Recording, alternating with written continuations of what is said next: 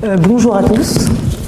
Voilà, on est ravis de pouvoir venir à cette journée Jean Zoro pour pouvoir parler inclusion en EPS et en particulier dans une activité qui nous tient à cœur, qui est l'activité rugby. Donc Naomi Pineux, j'ai été présentée rapidement, donc on va passer cette étape-là et on va passer directement sur l'introduction qui va nous permettre de démarrer. Donc là, vous avez par exemple deux citations qui vont peut-être pouvoir être très très utiles dans les copies d'Agreg et de CAPES. Jean-Jacques. Alors moi, je n'ai pas eu le plaisir de venir avec un fan club.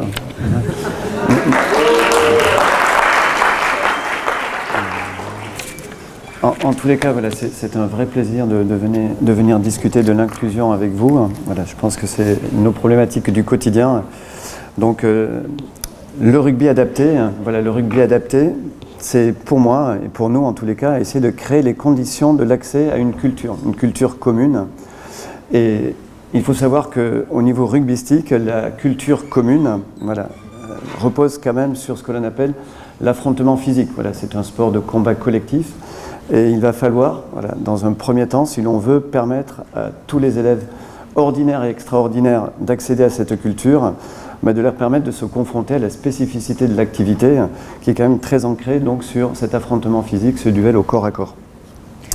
Je rebondis sur cette citation et du coup je voulais insister sur la citation de Fernando, qui est un élève de 3e, inclus, malvoyant, et qui a quand même dit un jour « Madame, c'était trop bien aujourd'hui ». Ce qui sous-entend que pour nous, là dans la présentation qu'on veut vous apporter, la démarche que l'on a, c'est de vraiment savoir pourquoi, quels ont été les mécanismes dans le cours qui ont permis à Fernando de pouvoir se sentir inclus et pourquoi pas progresser, et en tout cas est une motivation de plaisir. Voilà, et je rebondis quand même sur un sociologue, Sébastien Darbon, voilà, par rapport à la spécificité du rugby, qui disait que plus une activité est à risque, et plus son potentiel éducatif est élevé. Voilà, donc notre enjeu va être quand même celui de faire découvrir au petit Fernando le rugby dans son essence en fait. C'est être capable de gérer l'affrontement physique. Du coup, la suite de l'intervention, c'est vraiment, elle s'articule autour de 3 finalités. Donc, on va vous proposer en fait une démarche qui est une démarche déjà d'un rugby culturel, d'un rugby sécurisé et d'un rugby éducatif, pour que vraiment la forme scolaire de pratique soit pour nous, en tout cas c'est notre point de vue, au plus près de ce que l'on va appeler l'activité sociale de référence. Jean-Jacques, tu voulais rebondir? Oui, le rugby culturel, parce que c'est un bien commun, donc tous les élèves ordinaires et extraordinaires y ont droit, dans la pratique elle-même, c'est-à-dire dans la gestuelle motrice du rugbyman, mais également autour de l'activité. Voilà, on travaille également beaucoup autour de l'activité, c'est-à-dire autour des rituels, on vous en parlera, ce sont les haka, ce sont les haies d'honneur. Voilà, donc c'est vraiment la culture rugbystique, elle est de droit pour tous. Un rugby sécurisé, voilà, donc la contrepartie c'est que c'est une activité quand même à risque et il faut se donner les moyens de sécuriser, donc de ne pas faire prendre de risques et donc de ne pas risquer la blessure, voilà, ce serait vraiment regrettable, donc on travaille beaucoup sur la sécurisation. Et un rugby éducatif, c'est-à-dire un rugby qui va être socialisant, on entendait dans les interventions précédentes la rencontre, le partage, c'est important pour nous, et essayer quand même de développer chez chaque individu, voilà, avec ses différences, son potentiel moteur et le rendre de plus en plus autonome, c'est l'autonomisation. Donc ce sont nos véritables 3 finalités que l'on poursuit. Alors moi, individuellement, quand je travaille avec des IME, et on avait eu l'occasion de mener une expérimentation, en tous les cas un petit projet sur une après-midi avec ces élèves, et nous vous montrerons ce que cela a pu donner. Un rugby éducatif, c'était vraiment pour travailler sur cette capacité dont parlait Madame Queval tout à l'heure, c'est-à-dire présenter en fait la possibilité aux élèves et montrer qu'ils sont capables de faire. Donc on part du principe qu'ils savent faire. L'inclusion par la connaissance des élèves. Et donc ça va donner en fait des rugby qu'on a mis entre parenthèses, enfin entre guillemets. La connaissance du handicap, elle nous semble essentielle en tant qu'enseignant. On a nos élèves, on dispose d'une classe, avec nos élèves, et on va se retrouver confronté à cette hétérogénéité, qui plus est avec un handicap ou des handicaps. Et donc, il va falloir très vite se tourner, pour nous, vers les partenaires. Donc là, on vous a mis une petite liste de partenaires, mais ça peut être le médecin scolaire, par exemple, l'infirmière ou l'infirmier de l'établissement, le professeur principal qui avait peut-être la classe précédemment, l'année précédente. Ça va être peut-être, enfin même sûr, le coordonnateur Ulysse qui va vous apporter en fait des éléments concrets pour pouvoir intervenir auprès de ce public-là. Les CPE, pourquoi pas. Et puis les AESH qui peuvent être quand même les personnels qui sont au quotidien dans les classes et qui les suivent. C'est aussi avoir conscience en fait des contraintes que vont avoir vos élèves inclus. En fait, un élève qui est inclus, donc dans mon établissement c'est une inclusion Ulysse, mal et non-voyant, donc ça va être un des exemples que je vais vous proposer. Ces élèves inclus en fait ont une inclusion qui est particulière avec des contraintes dans l'établissement. Je vous ai mis un exemple, les taxis, le poids du sac, la fatigabilité et la nécessité de soins. C'est-à-dire qu'en fait, ce n'est pas un élève qui a un emploi du temps ordinaire comme tous les autres. C'est un élève qui, lorsqu'il a une heure de permanence, il a ergothérapeute. Lorsqu'il part en EPS sur les installations sportives, en fait, il doit déposer son sac parce que dans son sac, il a son ordinateur que lui a fourni la MDPH et donc on ne peut pas transporter en fait sur le stade l'ordinateur de l'élève. Et enfin, une fatigabilité. Ce sont des élèves qui, en tout cas dans ce type de handicap, mal et non-voyant, qui sont énormément dans une écoute particulière, qui doivent être très attentifs à ce qui se passe autour, puisqu'ils ne voient pas forcément tous les implicites de la classe. Et donc du coup, ils sont dans une attention accrue, ce qui va en fait entraîner une grande fatigue. Et il n'est pas rare qu'en sixième, lorsque les élèves arrivent en Ulysse, en fait, ils fassent la sieste. Ensuite, ça va être d'envisager les aptitudes. Donc on parlait de capacité, c'est ça, on parle d'aptitudes et de contre-indications, donc de certificats qui vont contre-indiquer certaines pratiques. Alors là, en haut à gauche, vous pouvez voir, alors je ne sais pas, ça ne doit pas être très lisible, mais du coup, je vais vous le décrypter. En fait, nous avons un exemple anonymé d'un certificat d'aptitude. Donc l'élève, en fait, le médecin qui a ausculté cet élève me dit, ben voilà, il y a une fragilité oculaire, donc il ne doit pas y avoir de choc direct sur les yeux ni sur la tête. Il préconise le ballon en mousse. Voilà, ce qui ne va pas être simple quand je vais faire basket ou rugby. Mais ça veut dire aussi qu'il y a énormément de choses possibles, et ça va être le sujet de notre démarche. Donc quand on envisage les aptitudes, c'est aussi en fait, nous en tant qu'enseignants, de se forcer par le contexte à aller vers nos partenaires pour aussi se former. Voilà, on est vraiment dans une situation où on est obligé de se former parce que dans notre cursus STAPS, on a très peu d'heures en APA, on a très peu d'heures sur le handicap, donc il faut aller se former pour pouvoir être performant au sein de notre enseignement d'EPS. Et donc, voilà, pour enchaîner, il est évident que pour intervenir de manière efficace face à des publics un peu atypiques, connaître leurs capacités et leurs besoins, voilà, passe par des formations. C'est évident que la formation de l'enseignant d'EPS sur le handicap est nécessaire et c'est ce qui va nous permettre, c'est ce qui va vous permettre en tous les cas de sélectionner quand on est confronté à l'enseignement d'une APSA, les contenus, les situations. Voilà un exemple, en fonction du type de public, moi qui dois enseigner l'activité rugby, quelles sont les capacités des élèves? Vais-je pouvoir leur proposer du plaquage? Sont-ils sur un type de contact restreint, aménagé? Vont-ils pouvoir chuter? Voilà, donc il faut vraiment connaître le public, il faut avoir vraiment cette connaissance-là, et ça ne passe que par de la formation. L'aspect didactique de la PSA, c'est un petit peu notre spécialité, mais sans ce préalable, c'est difficile de se projeter dans l'enseignement, l'apprentissage et le progrès pour les élèves. Voilà, et donc ça va sur les acquisitions motrices, mais également sur tout l'aspect relationnel pédagogique. Voilà, comment l'élève apprend. Je pense que les spécialistes du handicap, moi quand je travaille avec des IME, au préalable, ce sont les vrais spécialistes qui accompagnent les élèves qui me disent « Attention, Voilà comment il apprend, voilà comment tu dois te comporter, voilà comment tu dois le regarder, voilà où tu dois te placer, voilà comment tu dois le conduire. Donc ces processus-là d'apprentissage, voilà, seuls les véritables spécialistes les connaissent. La vidéo qui va suivre, en fait, c'est une vidéo qui a été tournée donc en début d'année et qui répond en fait à la commande AEPS et aussi au projet que je mène avec mes élèves. Du coup, je vais vous la commenter. Donc, il y a marqué rugby en braille. Voilà, pour ceux qui écrivent en noir, c'est rugby en braille. Donc, il y a eu la découverte. Dans cette découverte, donc, nous avons pris avec ma collègue les élèves de l'Ulysse et consorts, c'est-à-dire en fait quelques copains qui eux font pas partie de cette Ulysse. Donc dans ce groupe, en fait, vous avez deux élèves qui sont non-voyants et après il y a des élèves qui sont malvoyants. L'idée là, c'était de présenter en fait dans un premier temps le haka, puisque ça va être l'événement, enfin c'est l'événement du moment, le 8 octobre, puisque la France a gagné, je vous ai spoilé. Et le haka, en fait, des Black Ferns, qui sont en ce moment en train de jouer, c'est la Coupe du monde de rugby féminin. Donc, c'était un biais, une entrée culturelle qui nous a permis, en fait, de parler rugby et de faire un petit état des lieux des connaissances que pouvaient avoir les élèves. Donc ça, c'est un premier élément. Et quand même, le haka, quand on parle rugby, le haka, c'est quand même quelque chose d'important, c'est ancré dans une histoire commune et collective. C'est la ligne médiane.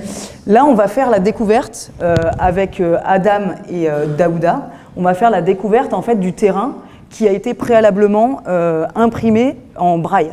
Donc ça, c'est vraiment quelque chose d'essentiel. C'est le travail préparatoire de l'enseignant. Ligne médiane. Oui, oui, c'est ça. Spécificité de l'élève malvoyant ou non-voyant, c'est que lorsqu'il est brailliste, il n'a jamais la vision globale du terrain. En fait, il va parcourir avec ses deux doigts de chaque main, il va parcourir. Mais c'est comme si on avait une vision tubulaire en fait de cet amphithéâtre. C'est-à-dire qu'il n'a jamais la vision globale de ce qu'il est censé voir ou en tout cas imaginer. En but adverse. Bien joué. Je dois lire tout ça? Non, t'as qu'une seule phrase. Les affaires.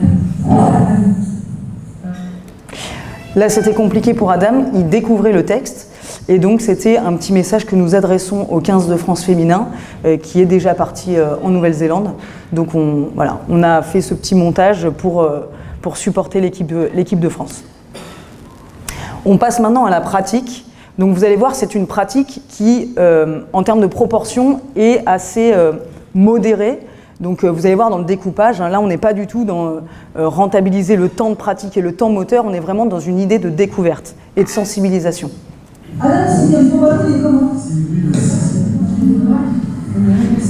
Les deux élèves les deux élèves qui sont au fond de l'écran, qui sont juste là, qui sont juste là avec les deux ballons, c'est donc mes élèves qui sont non-voyants.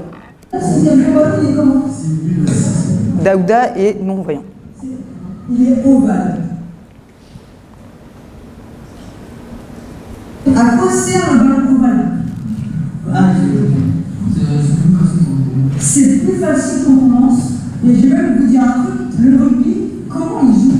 Est-ce que c'est que avec le pied par exemple? Avec la main, c'est vrai. Non. Ouais, ils attrapent le ballon. Adam va être manipulé, et c'est ce que je vous écris. En fait, il sait qu'il va démontrer, donc je ne l'ai pas surpris en arrivant comme ça franchement sur lui. Mais si je devais le faire avec un élève, si je devais intervenir sur un élève, je le préviendrais que je vais le manipuler. Sinon, on rentre dans sa sphère personnelle. Comme ça, et comme ça leur permet d'avancer, et de mieux le tenir. Voilà, ça c'est la base. Nous, en fait, on va préparer les mains. Là. Ok? Donc ça veut dire que Adam, vas-y, prépare tes mains. Prépare tes mains, tu peux mettre dedans. Voilà, ça y est.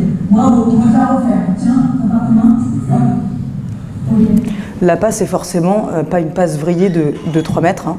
C'est une passe de la main à la main, et vous le verrez dans le jeu. Comment tu vas faire pour descendre, pas de jeu? Vas-y. Et t'as pas dit, là. Appuie ton main sur la nouvelle. Mets la main. C'est bon? Donc là, vous pouvez regarder, et pour ceux qui ne verraient pas totalement la démonstration, vous pouvez entendre le BCPA qui va courir et qui va tomber. Donc ça va aller plus vite. Donc là, je fais le choix pédagogique de faire moi-même le plaquage parce qu'on ne l'a pas envisagé ensemble, on ne l'a pas abordé. Donc c'est moi, technicienne de rugby, qui va faire le plaquage, qui va le réaliser en toute sécurité. Et par contre, je fais de l'audio-description pour que mes élèves, lors de la démonstration, anticipent ce qu'il va se passer. Voilà, on entend le bruit de la chute, on entend le bruit des pas. Allez, marche. Donc là, il y a les élèves Ulysse. Allez, tu marches pas. Marche. Donc Adam, qui est non-voyant. Voilà, et là, on est dans une démarche en fait, de découverte qui est quand même assez... pour Adam, par exemple, qui est non-voyant, qui est assez complexe pour lui parce qu'il découvre en fait la chute. D'habitude, la chute est subie et accidentelle. Là, elle est contrôlée et elle est organisée dans une pratique. Alors moi ce qui me, alors non pas choque, hein, ce qui m'étonne et ce qui m'épate en fait, c'est qu'une collègue ou des collègues soient capables, voilà, à partir d'une activité avec des handicaps relativement lourds, de rentrer dans ce qu'on appelle l'essence de l'activité. Donc on va vous montrer quelles sont les différentes étapes qui existent, voilà, que l'on a mis à jour d'un point de vue théorique pour construire le rugby de tous et de chacun, voilà, Adam.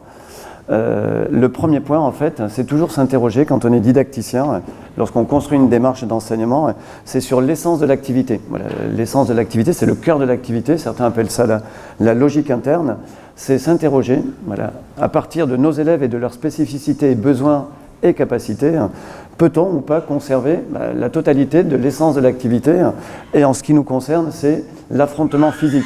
Est-ce qu'un élève en situation de handicap, quel qu'il soit, est capable de faire face à l'affrontement physique, les contacts, les chutes? Et il existe donc techniquement un élément qui est intéressant à retenir sur cette démarche initiale, c'est faire la différence entre ce que l'on appelle la férocité de l'engagement physique et la combativité. Pour rassurer des élèves en rugby, voilà, il faut bien leur expliquer que l'engagement physique ne sera pas féroce. On n'est pas là pour faire mal en fait. On est là pour agir en termes de combativité, c'est-à-dire lorsque l'on plaquera quelqu'un, on ne lui fait pas mal, mais on assure sa sécurité. Et je pense que le petit Adam, voilà, lorsqu'il sait que le plaqueur en fait n'est pas là pour faire mal, il peut s'engager dans l'activité. Donc un des premiers aménagements qui me semblent fondamentaux dans l'activité rugby, c'est quel niveau d'agressivité va-t-on proposer à nos élèves. Et le niveau d'engagement physique et celui de la combativité, oui, il permet de faire la différence entre le sport scolaire ou le sport unifié et le sport fédéral. Je vous rappelle qu'en rugby, le but, c'est quand même d'éprouver très sévèrement son adversaire, alors que nous, en milieu scolaire, l'EPS, le but, c'est vraiment de ne pas faire mal. Et la différence donc entre la combativité et la férocité est fondamentale si l'on veut garder le cœur du rugby, c'est-à-dire l'affrontement physique, les chocs et les chutes. Voilà. Et c'est exactement ce qu'a fait Nao avec ses élèves. Voilà. Je pense qu'elle les a rassurés et c'est du bonheur de pouvoir vraiment dire à un élève « tu as vraiment fait du rugby, tu es tombé, tu as chuté, voilà. Tu es allé au contact ». Voilà, c'est toute la différence entre des activités comme le rugby et des sports un petit peu plus allégés où on utilise le non-contact, le rugby à toucher par exemple, ou le flag. Voilà, donc ça c'est une problématique intéressante au niveau professionnel. Lorsque je fais du rugby, vais-je aller au cœur de l'activité, c'est-à-dire son essence et son respect, ou vais-je utiliser des activités un petit peu détournées? Là, Nao fait le choix de rentrer vraiment par le cœur de l'activité, son essence, ce pourquoi elle a été créée, la gestion de l'affrontement physique. Et donc, le rugby devient non pas un sport de combat pur et dur, mais c'est un vrai sport de combat en coopération. Voilà, on est sur de l'opposition très contrôlée, et ça devient vraiment un sport de coopération qui ressemble presque à du catch. Mais c'est déjà très très bien pour nos élèves d'avoir les mêmes gestuels. Je pense à Adam, c'est exactement la même gestuelle qu'un joueur de haut niveau qui s'amuse à plonger lorsqu'il marque. Donc c'est tout notre travail didactique sur les activités. Ça c'est le premier point. Le deuxième point sur lequel nous devons en tant que didacticiens des APSA réfléchir, c'est les adaptations sur la réglementation de l'activité. Puisque la réglementation, c'est ce qui garantit quand même la sécurité de nos élèves. Jusqu'où va-t-on leur faire prendre des risques? Voilà. Et le risque doit être évidemment minimisé. Si l'on enseignait le rugby scolaire avec le règlement fédéral, je pense que toutes les heures, on appelle les pompiers. C'est un petit peu la statistique fédérale. Nous, en EPS, on n'appelle pas les pompiers. Voilà, les risques sont minimisés, l'activité est sécurisée. Et je vous donne un exemple sur, par exemple, la marque, voilà, qui est un des points fondamentaux du rugby.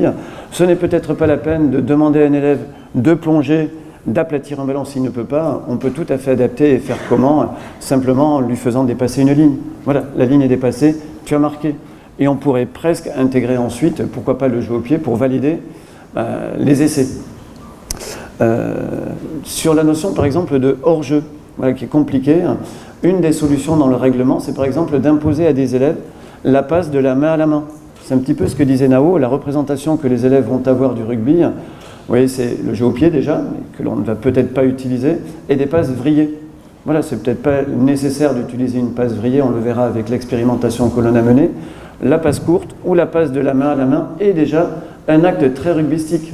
Voilà, je me sacrifie au contact pour transmettre un ballon.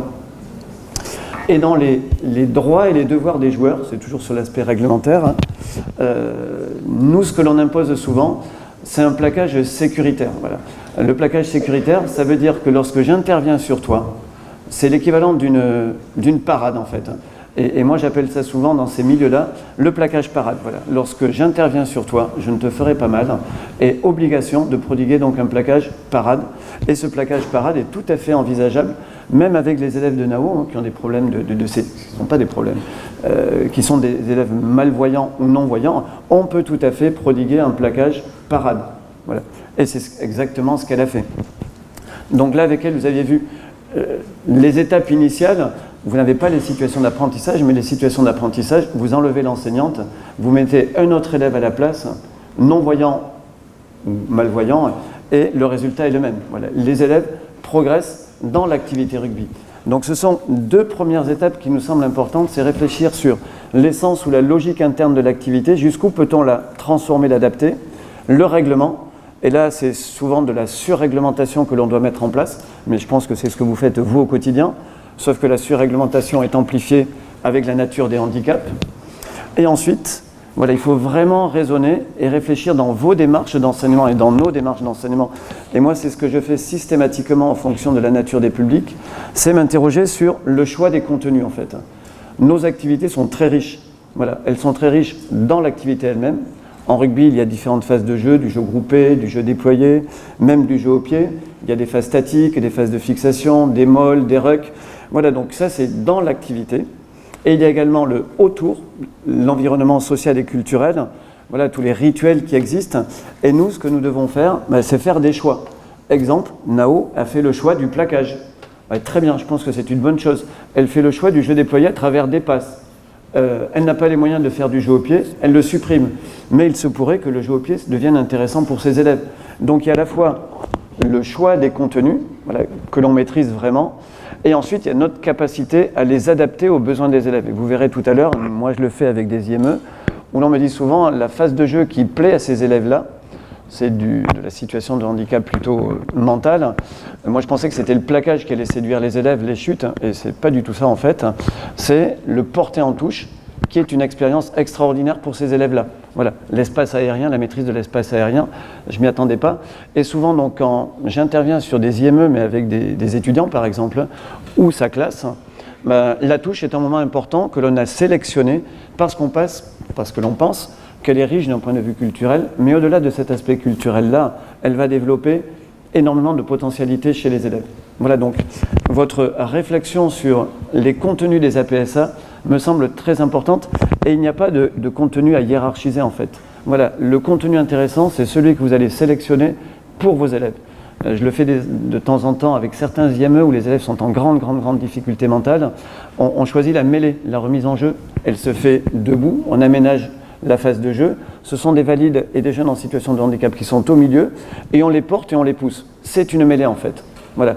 Et cette mêlée, qui est un élément culturel de l'activité rugby, nous y avons tous droit, et eux aussi. Donc ça, c'est sur vraiment l'aspect réflexion didactique sur les contenus. Mais je pense que c'est vraiment notre particularité, et là-dessus, en général, la formation STAPS c'est quand même très bonne. En tous les cas, elle l'a été. J'espère qu'elle l'est encore. Je rebondis sur le côté culturel de l'activité et le choix des contenus. En fait, il y a évidemment, alors c'est ce qu'on vous a mis en gras là, c'est la petite citation, c'est enseigner un rugby inclusif, c'est enseigner un contenu aussi universel que singulier. C'est-à-dire qu'en fait, il y a un rugby, et puis en fait, on va l'enseigner, il y a le rugby des Toulousains, le rugby néo-zélandais, écossais, des Bocs aussi. Donc en fait, il y a tous les rugby et il va y avoir les rugby de nos élèves. De nos élèves inclus, de nos élèves ordinaires, de nos élèves extraordinaires et de nos élèves en mixité. Voilà. Donc ça, c'est vraiment quelque chose qu'il faut garder en tête, mais on a déjà l'habitude puisqu'on fait exactement la même chose pour l'ensemble des activités que l'on va enseigner. Sauf que là, la dimension d'affrontement par lequel on veut rentrer pose d'autres problèmes, ou en tout cas affiche une réflexion particulière sur le moment du contact. Et je reviens en fait sur la situation, tout à l'heure sur la vidéo, en fait Daouda, quand il découvre le terrain, en fait il fait tout de suite une comparaison entre le football et le rugby, et il dit ah oui, c'est la ligne médiane, comme au football, ils sont à 11 contre 11. En fait, on voit que nos élèves, la dimension culturelle, cette entrée culturelle est importante parce que ça va leur permettre de se situer au sein du groupe, mais aussi de se situer culturellement. Donc ça, c'est vraiment quelque chose qui nous semblait essentiel, et on va faire le lien, par exemple dans le champ d'apprentissage 4, on va faire le lien en basket, on va faire le lien en rugby, on va faire le lien en ultimate, pourquoi pas, quand on va enseigner en fait les sports co, ou en tout cas les duels. J'aurais une dernière chose à rajouter dans nos réflexions à mener d'un point de vue éducatif, c'est justement cet aspect-là où nous, enseignants, sommes vraiment de vrais créateurs. On a la possibilité d'aller très très loin sur notre capacité à rendre une activité éducative. Je pense qu'il n'y a pas de limite. Voilà. Il y a des contenus dans et autour des activités, et en fonction de nos objectifs, voilà, on peut tout transformer. Voilà. Les activités sont transformables à souhait, c'est la transposition didactique. C'est à nous de faire preuve d'originalité au regard des besoins de nos élèves. Voilà, nos activités ne sont finalement, alors on a dit des supports culturels, mais c'est des supports d'éducation et de socialisation avant tout. Donc l'éducation à la responsabilité pour nous en acte, c'est comment on va voir un rugby solidaire, un rugby qui va porter la sécurité et la sécurité de nos élèves. Là, en fait, sur la partie de gauche, donc la photo, je vous ai mis du matériel qui nous sert quotidiennement dans notre établissement scolaire pour pouvoir aborder certaines activités avec les élèves Ulysse qui, chez nous, sont inclus dans l'ensemble des cours de PS. Donc là, on peut voir par exemple une grande palme là qui va en fait servir de raquette de tennis de table ou de pelote basque, de paletta par exemple. On a les flags qui peuvent servir pour enlever le contact. On a le ballon soft, mou, qui permet d'éviter le choc. Et évidemment, je vous ai mis un ballon de rugby. L'inclusion en EPS donc, permet à chacun des élèves de prendre des responsabilités, d'agir en sécurité, d'apprendre la patience et la persévérance. En fait, à chaque fois, on s'adresse aux élèves qui sont eux-mêmes inclus et aux élèves qui accueillent les élèves inclus. C'est-à-dire qu'en fait, on a un ensemble de classes avec des camarades de classe qui, eux, ne sont pas des élèves Ulysse. Et donc, c'est important aussi de travailler, c'est ce que disait tout à l'heure Sébastien Lacroix, c'est qu'en fait, c'est aussi de travailler avec nos élèves dits ordinaires, cette responsabilité, cette patience dans l'apprentissage. Je suis capable de te faire travailler, bah oui, ça prend un peu plus de temps, ou en tout cas j'ai toujours une contrainte supplémentaire dans mon jeu à thème, parce que je suis avec toi, qui est un élève Ulysse. Donc c'est vraiment quelque chose qui est essentiel à travailler avec nos élèves. Et la responsabilité, pour nous, c'est une valeur éducative que l'enseignant doit construire, et on a provoqué un petit peu et imposé. C'est-à-dire que si on n'impose pas dans nos cours, si je n'impose pas la sécurité dans mon rugby, en fait, ce n'est pas le rugby qui est valeureux. Voilà, il y a les valeurs de la Société Générale et de la GMF, il y a des valeurs particulières. Nous, on veut un rugby éducatif et inclusif. Donc ces valeurs, elles s'enseignent, comme diraient les grands auteurs, et donc du coup, pour qu'elles s'enseignent, elles s'imposent. Donc elles se réfléchissent par l'enseignant, dans la construction, en amont, et elle s'impose pédagogiquement au sein de notre activité d'enseignant et dans nos gestes professionnels. Voilà, moi je pense qu'il ne faut vraiment pas idéaliser les APSA. Et encore moins le rugby sans doute qui s'est professionnalisé aujourd'hui. Je ne pense pas qu'il soit naturellement éducatif, même si à l'origine de sa création c'était l'objet.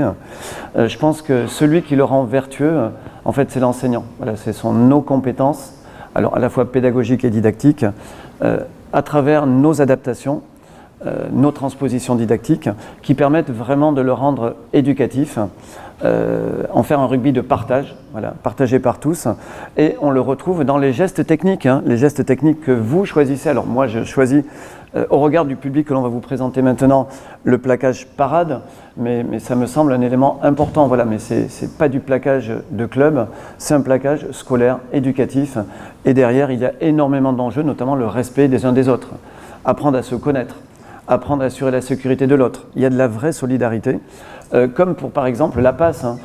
Faire une passe de la main à la main pour un élève ordinaire ou un rugbyman ordinaire à un élève en situation de handicap, c'est pas évident parce qu'il n'est pas forcément bien placé, l'élève en situation de handicap, mais on va lui transmettre le ballon de la main à la main. C'est une contrainte, c'est ce que disait Nao, c'est la réglementation, c'est ce que l'on recherche et il n'y a pas à hésiter à imposer si l'on pense que la démarche est bonne et bénéfique pour les élèves. Mais évidemment, elle est construite avec les partenaires, donc elle sera bonne. Voilà, moi je suis un optimiste et je pense qu'il n'y a pas de limite à la didactisation, à la transposition didactique et à l'apprentissage et encore moins à l'enseignement. Je vous ai mis en exemple une petite citation d'une camarade de classe qui, lorsqu'elle a découvert que les élèves d'Ulysse avaient des exercices en moins à faire, elle a dit « Waouh, trop de la chance !» Ils ont trop de la chance. Ils viennent en taxi, ils ont trop de la chance. Voilà. C'est aussi une éducation des autres, dans l'acceptation, dans l'empathie aussi, de comprendre en fait ce qui va se passer. Si je viens en taxi, c'est que je ne peux pas venir autrement. Si je suis en taxi, c'est que en fait, je vais repartir dans les bouchons parisiens. C'est tout ça. Et donc, c'est important d'éduquer nos élèves là-dessus. Les bénéfices pour les élèves inclus, j'accélère un tout petit peu parce qu'on a encore une petite vidéo à vous montrer, c'est aussi l'affirmation de soi, la fameuse capacité avec les choix que l'élève fait, c'est l'appartenance à un groupe, c'est-à-dire qu'on n'est pas forcément face à des élèves dans la construction de l'adolescent qui va accepter son handicap. Ils sont justement, peut-être même qu'on a une maladie dégénérescente qui, en fait, le handicap est récent et va s'aggraver. Donc, toute la dimension d'acceptation de ça et de volonté de conformisme de la part de nos élèves, c'est extrêmement important. Donc ils veulent faire comme les autres, ils veulent surtout pas qu'au basket on leur adapte les choses, ils me demandent pourquoi on met une balle en mousse, etc., etc. Ils ne sont pas d'office dans la situation d'acceptation de ce qui leur arrive. Il faut aussi le construire avec eux. Et après, Jean-Jacques avait parlé de handicap donc mental ou psychique, c'était aussi une stimulation ou une canalisation pour certains élèves qui pourraient être comme Lorenzo tout à l'heure, un petit peu à l'écart, etc. Et toujours pour aller dans le sens des bénéfices, et n'oublions pas, il y a les bénéfices pour l'élève que l'on inclut, et on a l'impression que l'autre en face, l'élève ordinaire, ne subit rien. En fait, c'est exactement l'inverse. L'inclusion et les bénéfices vont dans les deux sens. Voilà, moi qui organise souvent des journées de type inclusion avec des étudiants STAPS qui ne connaissent pas le monde du handicap, l'enrichissement est phénoménal. L'enrichissement est phénoménal, la tolérance, la solidarité. Il y a vraiment quelque chose qui se joue au niveau sociétal. Voilà, à travers ces pratiques qui, vous allez le voir en vidéo, sont des pratiques très particulières. Si vous venez, on va voir le résultat d'une après-midi rugby, un spécialiste rugby viendrait dire « mais c'est tout sauf du rugby ». Le problème, c'est qu'il ne connaît pas la nature des personnes qui sont sur le terrain, mais les personnes qui sont sur le terrain pratiquent vraiment du rugby avec toutes les valeurs que nous, on a bien voulu insérer à l'intérieur, dont la solidarité. Alors, on vous a mis sur cette diapo un exemple de partenariat qu'on a pu mettre en place. C'est donc un partenariat qui part de mon établissement scolaire. On s'est mis en contact donc avec le STAPS de Jean-Jacques, donc le STAPS Nanterre et ses étudiants spécialistes rugby, moi professeur principal d'une classe, et du coup l'idée c'était vraiment de travailler tout au long de l'année sur le handicap, le sport adapté, le sport unifié et les activités unifiées, pardon. Et donc du coup on s'est mis en contact aussi avec des IME pour pouvoir pratiquer du rugby unifié. Donc ça va être la prochaine petite vidéo. Et la Récif, qui est en fait l'association des établissements qui scolarisent en fait les enfants en situation de handicap, donc qui intervient dans le 92. Donc tout ça en fait était une demi-journée événementielle qui était la récompense, si vous voulez, d'un travail de fond sur l'année. Et ce que vous allez voir, c'est finalement le résultat de l'après-midi. On ne peut pas tout présenter, toutes les situations d'apprentissage, la prise en main des gamins, mais en tous les cas, c'est une situation de référence de type inclusif. Voilà, de type inclusif avec de la véritable coopération et un partage entre partenaires. Et moi qui revois les vidéos, je me dis, mais qui sont les personnes handicapées ici ?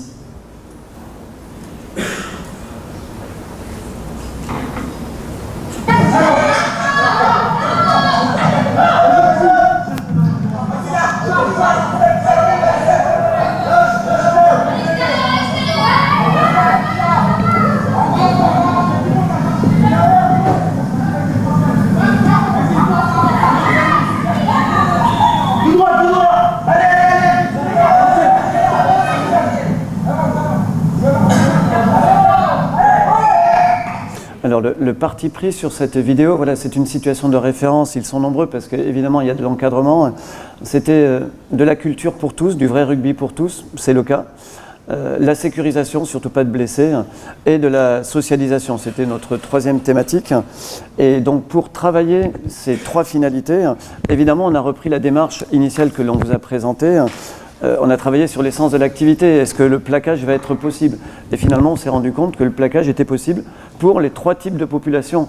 Et en fait, il y a même plus de trois populations. Il n'y a pas que des élèves de 4e, des élèves en situation de handicap. Il y a aussi des garçons stapsiens, il y a aussi des filles.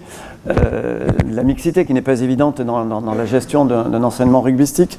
Donc on a quand même gardé l'essence de l'activité avec du vrai plaquage, mais qui est un plaquage pour tous en fait. On a beaucoup travaillé sur le règlement. Ça prend des heures en fait, mais on a conçu un règlement avec des contraintes, pas plus de 5 mètres de progression pour des étudiants STAPS par exemple. La passe de la main à la main obligatoire, démêlée avec les trois types de population.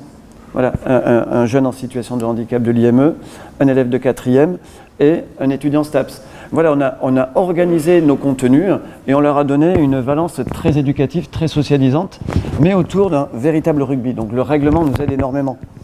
Le relayeur, passeur, était une façon d'imposer de la coopération, de la solidarité. C'était un élève de 4e qui donnait à un élève d'IME, voilà. Et ensuite c'était l'inverse. Voilà, en fait, on imposait la coopération et au bout d'un moment, elle n'était pas naturelle, mais elle était acquise.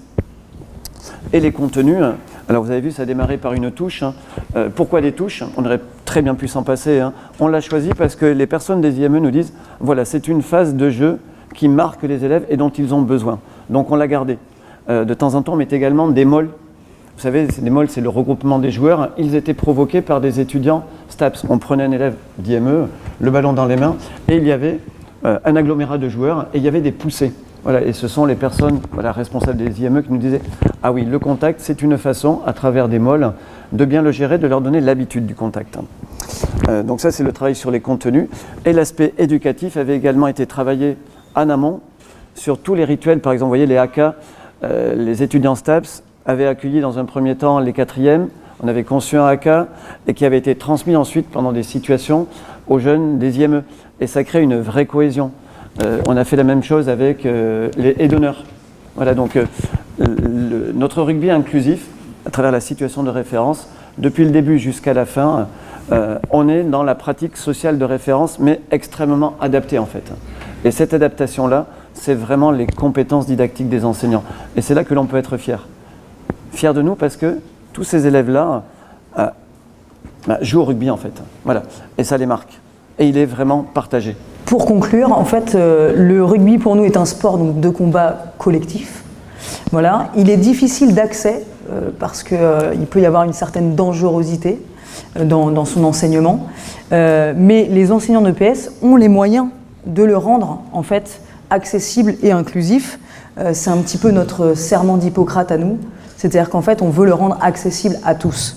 Donc là, c'était vraiment dans notre intervention, la volonté de vous montrer qu'il y a autant de rugby que de contexte d'enseignement, de contexte d'élèves et de handicap. Et donc du coup, il y a une nécessité de le construire. Et donc ça veut dire des moyens et on sait que ça peut être le nerf de la guerre, les moyens, mais aussi une réflexion autour de ça. Il y a une démarche en fait intellectuelle nécessaire à apporter. Oui, indépendamment des moyens qui sont importants en fait. Hein, voilà, pour l'inclusion, je pense que l'inclusion c'est vraiment une histoire de partage. Voilà. La volonté de faire partager, et ce sont des rencontres entre personnes. Nous c'est ce que l'on fait en rugby, et on garde la spécificité de ce sport-là au niveau culturel, parce que quasiment naturellement, grâce à notre travail, hein, les élèves s'imprègnent des codes, des notions, des valeurs, mais ça ne passe pas sans véritablement nos compétences pédagogiques. Je pense qu'elles sont très très bonnes, et des compétences didactiques, mais qu'il faut associer à la connaissance du public en fait. Voilà, sans cette connaissance-là, on ne peut pas faire grand-chose. On vous remercie, on espère qu'on a bien vendu le rugby. Merci.